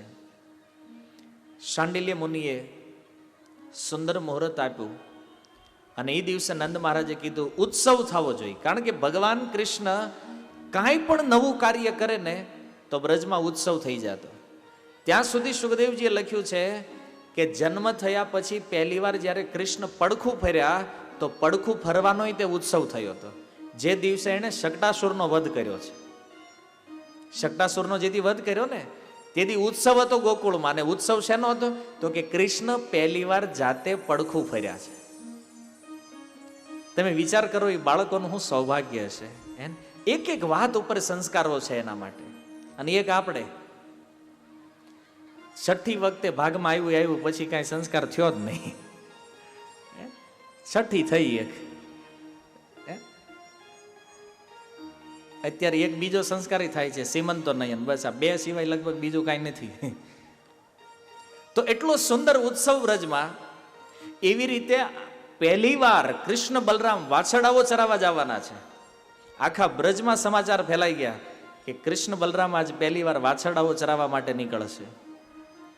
આખા બ્રજમાં બધા લોકો ઉત્સાહી હતા, કેવલ 2 વ્યક્તિને ઉત્સાહ નહોતો કે આ બે પહેલી વાર જાય છે. એમાં 2 વ્યક્તિ ઉત્સાહિત નથી, એક યશોદાજી અને બીજી બ્રજ ગોપીઓ.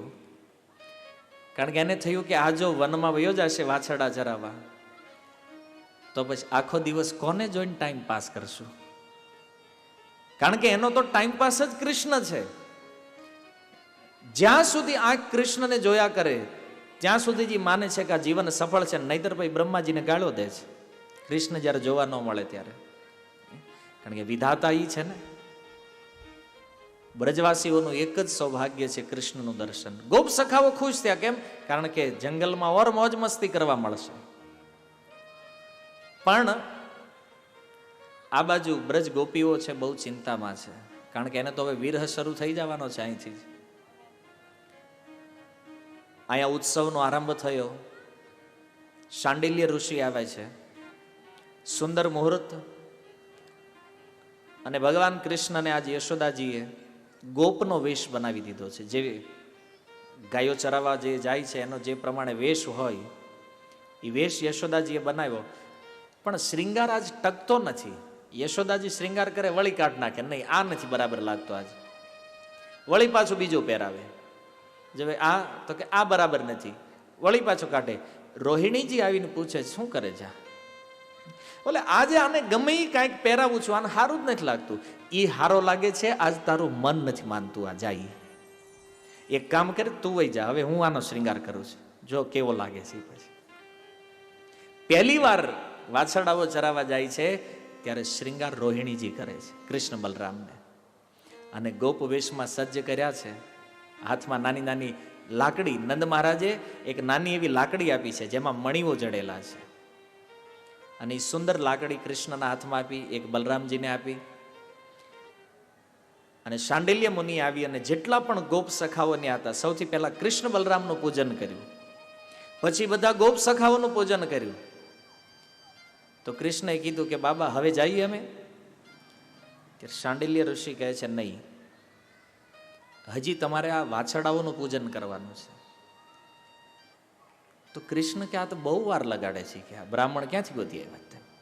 નંદ મહારાજને કહે છે આ તો બહુ ટાઈમ લગાડે છે, કોઈ એવો બ્રાહ્મણ હોવો જોઈએ ને જલ્દી જલ્દી. કારણ કે કૃષ્ણના મનમાં ભય છે કે જો આ બધી પૂજન વિધિમાં ને ઉત્સવમાં રોકાઈ જાઉં ને તો જે આનંદ લેવાનો છે એ સમય તો વયો જાય પછી. અને કૃષ્ણને તો નક્કી જ હતું કાંઈ કેટલું રહેવાનું છે, એટલે એક દિવસે તે મિસ કરવા નહોતા માગતા. અને એટલી ઉતાવળ હતી વનમાં જવાની. તો ભગવાન કૃષ્ણએ કીધું લાવો એક વાછરડાને પકડતા હોય કે પૂજન કરી નાખવી એકને પકડી. શાંડિલ્ય મુનિ કીધું એમ નહીં, જેટલા વાછરડાઓ છે એ બધાનું પૂજન કરવાનું છે. કૃષ્ણ કે ભારે કરી, કાંઈ નહીં કે હાલો હવે પૂજન કરવાનું છે તો કરી નાખીએ. અને સ્વયં ભગવાન જેટલા પણ વાછરડાઓ હતા ત્યાં બધા વાછરડાઓનું પૂજન કરે છે પોતાના હાથે. કેટલું સૌભાગ્ય છે એ વાછરડાનું પૂજન ભગવાન કરી રહ્યા છે સાક્ષાત. પછી શાંડિલ્ય મુનિએ કીધું હવે એક કામ કરો, આશીર્વાદ લઈ લો બધાના. જેટલા પણ મોટા લોકો હતા બધાના આશીર્વાદ લીધા. 3 વ્યક્તિઓના આશીર્વાદ બાકી રહ્યા છે, નંદ મહારાજ, યશોદાજી અને રોહિણીજી. એ સૌથી છેલ્લે છે, પાછળ ઉભા છે. એ ત્રણેયના આશીર્વાદ લેવા જાય છે. યશોદાજીનું મન તો નથી, પણ છતાં એણે કૃષ્ણને કીધું હે એક કામ કર, મેં તારા માટે સુંદર મોજડી બનાવી છે. કારણ કે હવે ગોપ છે તો નક્કી જ હોય કે ગાય ચરાવવા જવાનું છે, તો તારા માટે આ સુંદર મોજડી બનાવી છે, તું પહેરી લે. અને પછી ગોચારણ કરવા માટે, આ વત્સ ચરણ કરવા માટે નીકળો. ભગવાન કૃષ્ણ ના પાડે છે, આ હું નહીં પહેરું. કેમ? કારણ કે અહીંયા જે વાછરડાઓ છે એને નથી, તો હું શા માટે પહેરું? કૃષ્ણની વાત સાંભળી નંદ મહારાજે કીધું કે આમ તો માનવાનો તો નથી. યશોદાજીને કહે છે તું રહેવા દે, અને કૃષ્ણને કહે છે હવે તમે જાઓ. છતાં આટલી વિધિમાં 1 પ્રહર વ્યતીત થઈ ગયો આ બધું કરવામાં. અને 1 પ્રહર વ્યતીત થયો, બધા મિત્રો ગયા પ્રથમ દિવસ. અને વનની અંદર ગયા. બહુ દૂર જવાની પરમિશન નહોતી. નંદ ભવનથી બહુ દૂરય નહીં અને બહુ નજીકય નહીં, એવું વચ્ચેનું એક સ્થાન પસંદ કરવામાં આવ્યું વાછરડાઓને ચરાવવા માટે. અને બધાને મોકો મળ્યો કે ચાલો સુંદર સુંદર રમતો રમશું.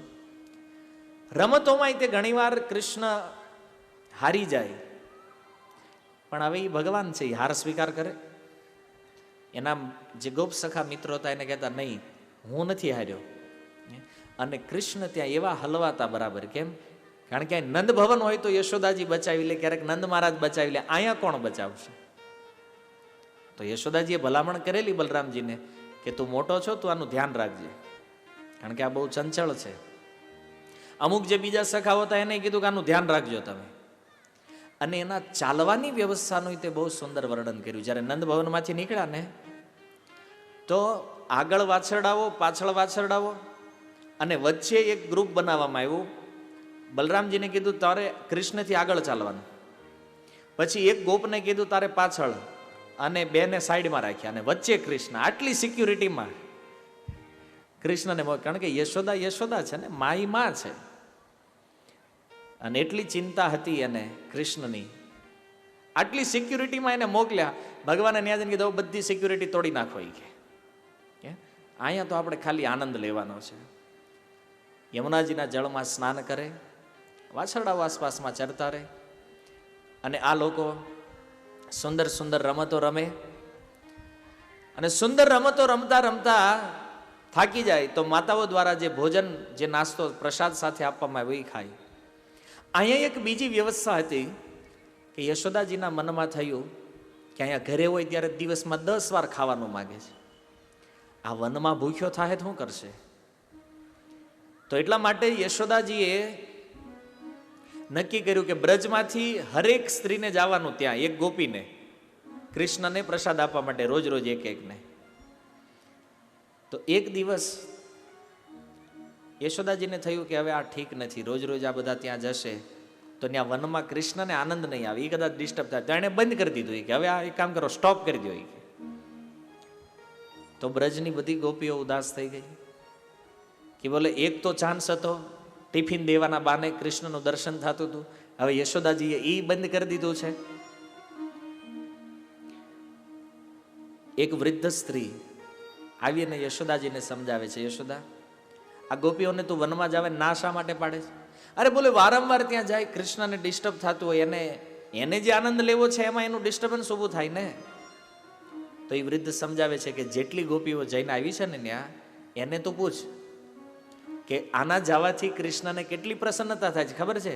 કૃષ્ણએ આ ગોપીઓને તે ઘરે નથી આવવા દીધી. કૃષ્ણ કહી દે છે તમે આઈને રોકાઈ જાઓ મારી હારે, તમારે ત્યાં પાછું નથી જવું.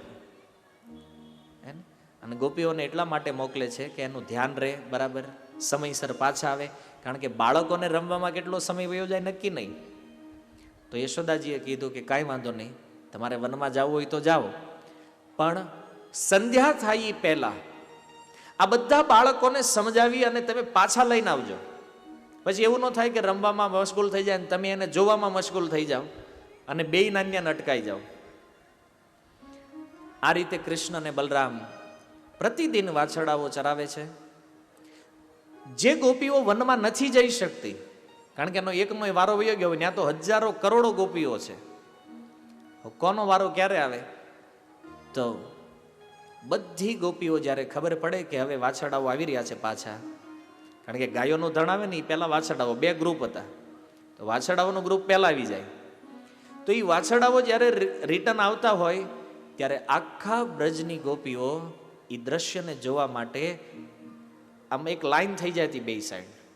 એ જેના ઘર હોય કે અટારીઓ હોય કે શેરી હોય, અને કૃષ્ણ બલરામ એ વાછરડાઓને લઈને જ્યારે નંદ ભવનમાં પ્રવેશ ન કરે ત્યાં સુધી આખું બ્રજ આ કૃષ્ણ બલરામને જોયા કરે. પ્રતિદિન આ ક્રમ છે, પ્રતિદિન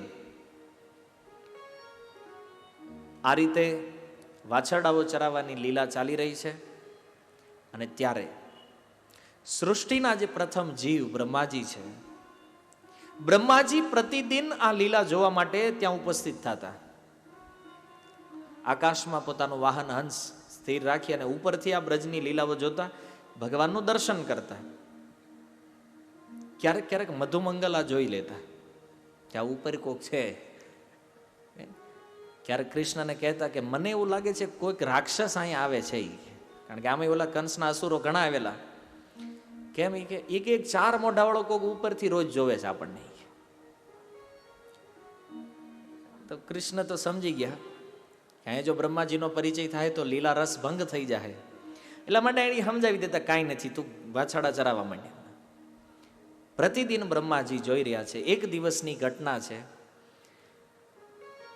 આ જેટલા પણ ગોપ સખાઓ વાછડાઓ ચરાવવા જતા, એ હરેક ગોપ સખા કાંઈક ને કાંઈક પ્રસાદ લઈને આવ્યા હોય ઘરેથી. ભગવાન શ્રી કૃષ્ણ સેન્ટરમાં બેસતા વચ્ચે, અને જેટલા ગોપ સખાઓ હતા એ બધા આસપાસ બેસે, અને બધાની ઈચ્છા થાય કે હું કૃષ્ણને સૌથી પહેલા જમાડું. તો ભગવાન એટલો પોતાનો વિસ્તાર કરી દેતા, બધાને એમ જ થાય કે કૃષ્ણ મારી બાજુમાં છે, અને બધાનો પ્રસાદ ભગવાન ગ્રહણ કરતા. એક દિવસ આ મધુમંગલ જે છાશ લઈને આવેલો, અને છાશ હશે ખાટી, મધુમંગલને થયું કે આ કેવી રીતે કૃષ્ણને આપી શકાય. અને એટલા માટે એણે નિર્ણય કર્યો કે આ છાશ એને દેવી નથી. એટલે કોઈને, હવે એ તો ગોપ સખાઓ એટલે કઈ 1000, 2, 5,000 એવા નહોતા. એની સંખ્યા એટલી વિશાળ હતી, લાખોમાં એની સંખ્યા છે આ ગોપ સખાઓની. હવે એમાંથી એકાદો કદાચ છટકી ગયો હોય તો એમાં કોને ખબર પડવાની છે. મધુમંગલ પોતાની એ જે મટકી હતી લઈ અને ત્યાંથી ભાગીને એક વૃક્ષ પાછળ છુપાય, અને એને એ છાશ એને થયું કે હું પી જાઉં. કૃષ્ણ અહીંયા પકડી લે તો ખબર જ હતી કે આનાથી હું બચવાનો તો નથી, પણ એ આવે ત્યાં સુધીમાં હું પી જાઉં. હવે એક મોટી મટકી અને આ નાનો એવો બાળક કેટલી છાશ પીએ કે અંદર. તોય છેલ્લે ગમે એમ કરીને પીવાનો પ્રયાસ કર્યો. અહીંયા છાતી ઉપર બધા રગેડા ઉતરવા માંડ્યા. છેલ્લે કાંઈક થોડીક વધીને તે મોઢામાં ભરી લીધી. એણે મોઢું ફૂલાવી દીધું અને ઝાડ પાછળ છુપાઈને ઊભા રહી ગયા છે. અને એટલામાં કૃષ્ણ આવી ગયા એની પાછળ. હવે કોઈ પણ વ્યક્તિ ગમે ત્યાં છુપાય, એને શોધવામાં તો કાંઈ નથી, પણ અમારા આચાર્યોએ લખ્યું છે રસ પ્રકટ કરવા માટે, રસ ભાવમાં, કે ઓલી એની જે શિખા હતી ને એ ઉડતી હતી થોડી, તો એ શિખા બહાર નીકળતી હતી. મોટી હશે લાંબી, તો એ શિખાને જોઈ અને એને ખબર પડી કે અહીંયા છુપાણો છે. ભગવાન કૃષ્ણ ગયા ને બોલા, આજે મારું ટિફિન તું ખાઈ ગયો છે પહેલા. એ કે બોલો બોલે હું, કારણ કે મોઢું છાશથી ભરેલું છે. ભગવાને જોયું આ તો વિચિત્ર વ્યક્તિ છે. તો ભગવાને છે ને આમ માર્યો, બે મુઠ્ઠી મારી ગાલ ઉપર, છાશ બધી કૃષ્ણ ઉપર મોઢામાં હતી, કારણ કે એના મુખેથી નીચે ઉતરી, અને ભગવાન એને જીભથી ચાંટવા લાગ્યા છે. મધુમંગલના શરીરે જે છાશ અહીંયા ઉતરી રહી, કૃષ્ણ પોતાની જીહવા દ્વારા એને ચાંટી રહ્યા છે. અને આ દ્રશ્ય બ્રહ્માજીએ જોયું ઉપરથી. બ્રહ્માજીના મનમાં થયું ભારે કરી, આ ભગવાન ન હોય. એ કે આવા પોતાના ગોપ સખાઓની જૂઠન છાશને આ રીતે ચાંટતો આ વ્યક્તિ ભગવાન હોઈ શકે? બ્રહ્માજીનું મગજ ફરી ગયું. બોલો, આ લીલા જ્યારે જ્યારે વાંચીએ કે સ્મરણ કરીએ ને તો એક વાત તો યાદ આવે છે કે સૃષ્ટિના પ્રથમ જીવ બ્રહ્માને જો ભગવાનની લીલાઓ જોઈ અને એનું મન જો ભ્રમિત થઈ જતું હોય, તો આ જગતના સામાન્ય વ્યક્તિઓ એમ કહી દેતા હોય કૃષ્ણના વિષયમાં કે એ ભગવાન નથી ને આ છે કે તે છે, જે કાંઈ. માણસ તો ભ્રમિત થઈ જ જાય ને, બ્રહ્મા જો ભ્રમિત થઈ જતા હોય તો. એટલે ભાગવતના આરંભમાં કહેવામાં આવ્યું છે એને મોહયંતી યત સૂરય. ભગવાનની લીલાઓ એવી છે કે જેમાં મોટા મોટા દેવતાઓ મોહિત થઈ જાય છે. બ્રહ્માજીને થયું કે પરીક્ષા કરવી પડશે, આ ભગવાન છે કે નહીં. અને પરીક્ષા કરવા માટે એણે શું કર્યું? વાછરડાઓની ચોરી કરી. લીલા આપણે સાંભળી છે, પણ આ એક પ્રશ્ન થાય ને, વાછરડા જ કેમ ચોર્યા, ગાયોને કેમ ન લઈ ગયા? કારણ કે જ્યારે આ બ્રહ્મ વિમોહન લીલા થઈ એ સમયે કૃષ્ણ વાછરડાઓ ચારતા હતા. ગાય તો હતી જ નહીં ત્યાં ત્યારે, બ્રહ્માજી જ્યારે લેવા માટે આવ્યા ત્યારે. તો એમણે વાછરડાઓને લઈ અને જે ગોપ સખાઓ હતા એને લઈ અને બ્રહ્મલોકમાં છુપાવી દીધા. પછી અહીં જોવા આવ્યા, ગવા અહીં આવીને જોવું આ શું કરે છે. તો બ્રહ્માજી અહીંયા જેવા જોવા આવ્યા તો જેટલા વાછરડાઓને લઈ ગયા હતા, જેટલા ગોપ સખાઓને લઈ ગયા હતા, એટલા ને એટલા પાછા અહીં હતા. બ્રહ્માજીને થયું આ કોઈ મોટો જાદુગર લાગે છે. તો બ્રહ્માજીએ પોતાના ધ્યાન દ્વારા બે જગ્યાએ જોયું એક હારે, બ્રહ્મલોકમાં તે અને અહીંયા તે બ્રજમાં. તો જોયું તો બે જગ્યાએ વાછરડા હોય છે અને ગોપ સખા હોય છે. અને બ્રહ્માજીની સમજમાં આવી ગયું કે આ વ્યક્તિ કોઈ સામાન્ય નથી, હું જેને પરબ્રહ્મ ભગવાન માનું છું એ જ આ વ્યક્તિ છે. અને ત્યારે બ્રહ્માજી, હજી તો ભગવાનની આ વાછરડાઓ સાથે આ બધી લીલાઓ ચાલી રહી છે, ત્યાં બ્રહ્માજી આવી અને કૃષ્ણના ચરણમાં પ્રાર્થના કરે છે, પ્રભુ મારી બહુ મોટી ભૂલ થઈ ગઈ, તમે બધાના આદિ પુરુષ છો. ભગવાનને થયું કે બ્રહ્માજીની થોડી મજાક કરી લઈએ. ભગવાને કીધું, અરે તમે આટલા મોટા, હું તો 5 વર્ષનો બાળક છું ને, હું કેવી રીતે કોઈનો આદિ હોઈ શકું. બ્રહ્માજી ત્યારે એક સુંદર સ્તુતિ દ્વારા ભગવાનને પ્રાર્થના કરે છે, જેને બ્રહ્મ સંહિતા કહેવામાં આવ્યું છે. ભાગવતમાં એ શ્લોકો અલગ છે. ભગવાનની સુંદર સ્તુતિ કરી, ભગવાન પ્રસન્ન થયા. ભાગવતની અંદર ત્યાં સુધી આ વાત સુખદેવજી કહે છે કે બલરામજીને ન ખબર પડી આ લીલા. જે દિવસે બ્રહ્માજી આ વાછરડાઓની અને ગોપ સખાઓની ચોરી કરી ગયા ને, અને પછી જ્યારે બ્રહ્માજીએ ફરીથી આ પ્રાર્થના કરી ને, ત્યારે અહીંયા 1 વર્ષ વયું ગયું હતું. ત્યાં ખાલી મૂકીને લઈને આવ્યા તો અહીં પૃથ્વી ઉપર 1 વર્ષ વયું ગયું. અને 1 વર્ષમાં ઘટના એ બની કે યશોદાજીને જેટલો પ્રેમ કૃષ્ણમાં હતો ને, જ્યારે એ વાછરડાઓને ચરાવીને પાછા આવે ને, ત્યારે શું બનતું કે જેટલી પણ બ્રજની સ્ત્રીઓ હોય, ગોપીઓ હતી, એ બધાનો પ્રેમ કેવલ કૃષ્ણ ઉપર જ કેન્દ્રિત હોય. પણ અહીંયા ઘટના જ્યારથી આની ચોરી થઈ ત્યારથી શું થયું કે જેવા લોકો વાછરડાઓ ચરાવીને પાછા બ્રજમાં આવે તો હરેક માતાને પોતાના જ પુત્રમાં એટલો પ્રેમ થઈ જાય જેટલો પ્રેમ એને પહેલા કૃષ્ણમાં હતો. અને ત્યાં સુધી કે ગાયોય તે પોતાના વાછરડાઓને એટલો પ્રેમ કરવા લાગી કે જેટલો પ્રેમી ગાયોને કૃષ્ણમાં. અને મૂળ કૃષ્ણ એકલા, કોઈ જોવા વાળું જ નથી હવે. કારણ કે ઓલા ગોપ સખાઓને એની માતાઓએ હાચવી લીધા, વાછરડાઓને ગાયોએ હાચવી લીધા, કૃષ્ણ એકલા વધ્યા. શું વાત છે, આપણી કોઈ ડિમાન્ડ નથી બ્રજમાં. અને આ ઘટનાની કોઈને જાણ ન થઈ, કેવલ બલરામજીના નજરમાં આ વાત આવી ગઈ. અને બલરામજીની નજરમાં આ વાત આવી. બલરામજીએ કનૈયાને બોલાવીને કીધું, એ કનૈયા આવે, આ શું છે આ બધું? કે હું જોઉં છું કે પહેલા આખું બ્રજ તને પ્રેમ કરતું હતું, અને આજે એ જ બ્રજ ગોપીઓ પોતાના પુત્રોને પ્રેમ કરે છે, ગાયો વાછરડાઓને પ્રેમ કરે છે, તને તો કોઈ બોલાવતું નથી, કારણ શું છે? ત્યારે કૃષ્ણ કહે છે, દાઉજી, આપણો જે એક પુત્ર છે પહેલા ખોળાનો જે છે ને, કે બ્રહ્માજી ભગવાનના પ્રથમ પુત્ર છે ને, તો એ કે એ થોડોક બગડી ગયો હતો, એટલે એને સુધારવા માટે આખો કાર્યક્રમ થયો. બલરામ ભગવાનનો પ્રથમ અંશ હોવા છતાં એ બલરામ ન જાણીએ ગયા. આ ભગવાનની લીલાઓ છે, અત્યંત રહસ્યમય, અત્યંત ગૂઢ. તો વિચારો, આ સંસારના સામાન્ય જીવાને કઈ રીતે સમજીએ? કે બલરામજીએ કીધું આવું કરવાનું કારણ, તો બોલે થોડું એના મનમાં એવી ભાવના જાગી ગઈ, જેના કારણે આ કાર્ય કરવું પડ્યું. તો બલરામજીને આ લીલાનું રહસ્ય પ્રગટ કર્યું ભગવાન કૃષ્ણએ. અને ત્યારે બલરામજી સમજ્યા કે નહીં, આ ઠીક છે. ભગવાન શ્રી કૃષ્ણએ પોતાનો જ વિસ્તાર કરી દીધો હતો, ગોપ સખાઓના રૂપમાં ને વાછરડાઓના રૂપમાં. એટલા માટે બ્રજની હરેક માતાને એક ઈચ્છા હતી કે કૃષ્ણ અમારો પુત્ર બને. આ લીલા દ્વારા ભગવાને સંપૂર્ણ બ્રજની સ્ત્રીઓની ઈચ્છાઓને પૂર્ણ કરી દીધી. અને ત્યાર પછી 6 વર્ષ જેવા પૂર્ણ થયા, ભગવાન કૃષ્ણને ગોચારણ કરવાની અનુમતિ પ્રાપ્ત થઈ. હવે વાછરડાઓને, અને એમાંય ઘટના એવી બનેલી કે આવડા વાછરડાઓ લઈને આવે, ઓલા ગાયોને લઈને આવે, ને કૃષ્ણ શું કરતા, બેન ભેગા કરી નાખતા. વાછરડાઓના ગ્રુપને ને ગાયોનું જે બે ગ્રુપ અલગ હતા. તો નંદ મહારાજને ફરિયાદ કરી, જે ગોપ સખાઓ હતા, જે ગાયો ચરાવતા હતા, એને એ કે આ કૃષ્ણ જ્યારે આવે છે ને ત્યારે જ અમારી ગાયો હલે છે. એ કે કૃષ્ણ ન હોય તો ગાય હલતી નથી, એટલે તમે એને ગોચારણ કરવા મોકલો. સેમ ઉત્સવ થયો, ખૂબ સુંદર મોટો ઉત્સવ થયો. ત્યારે તે અને ભગવાન શ્રી કૃષ્ણ ગોચારણ કરવા માટે નીકળ્યા. આમ તો આ ગોચારણ લીલાનું બહુ વિસ્તૃત વર્ણન નથી ભાગવતમાં. 15મા અધ્યાયમાં કેવલ 6 શ્લોકો છે ખાલી ગોચારણ લીલા. અને ગાયો ચરાવવા માટે ભગવાન કૃષ્ણએ સૌથી પહેલા જે સ્થાનમાં પ્રવેશ કર્યો, એ સ્થાનનું નામ છે બ્રજ વૃંદાવન.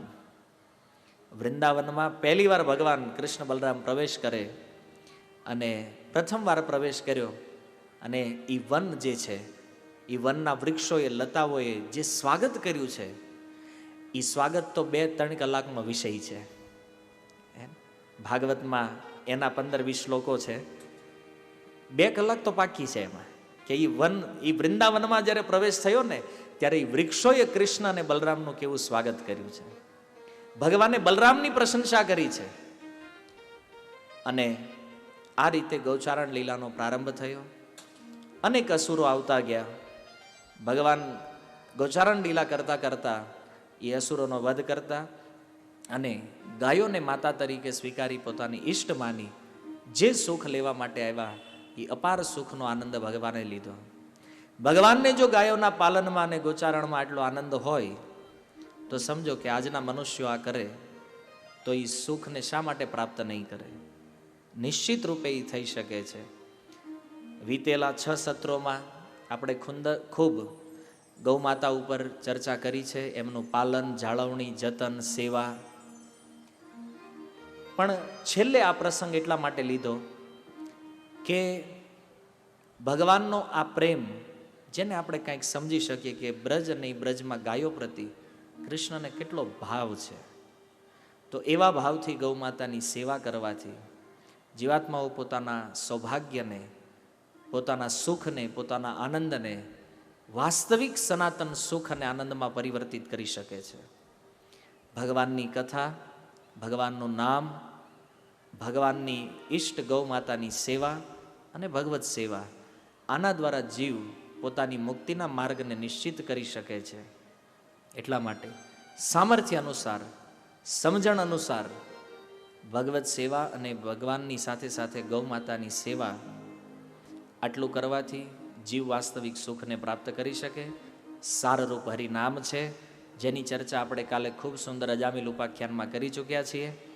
તો આજના અંતિમ સત્રને પૂર્ણ કરીએ એ પહેલાં ખાલી એક વાત મારું તમને નિવેદન છે કે વાસ્તવિક સનાતન ધર્મને જો યદી આપણે ટકાવવો છે અથવા એનો પ્રચાર કરવો છે, પહેલાં આપણે પોતે સેવક બનવું પડશે, ભક્ત બનવું પડશે.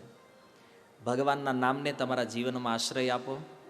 જીવનને કાંઈ વધારે બહુ ચેન્જ કરવાની, બદલવાની જરૂર નથી. ખાલી ભગવાનના નામને એડ કરી દો જીવનમાં, બાકી બધું આપણે આપ થઈ જશે ઓટોમેટિક. બીજું, આપણું જેટલું સામર્થ્ય હોય, જેટલી શક્તિ છે એ અનુસાર ગૌ માતાની સેવા કરો. સનાતન ધર્મના દ્વિતીય પાયાને બચાવવા માટે ગૌ સેવા બહુ જરૂરી છે. તો આ સાથે જ આજના અંતિમ સત્રને આપણે અહીંયા વિરામ કરીએ. ભગવાનના મંગલમય નામ સંકીર્તન સાથે હરે કૃષ્ણ કૃષ્ણ કૃષ્ણ હરે હરે, હરે રામ રામ રામ હરે હરે.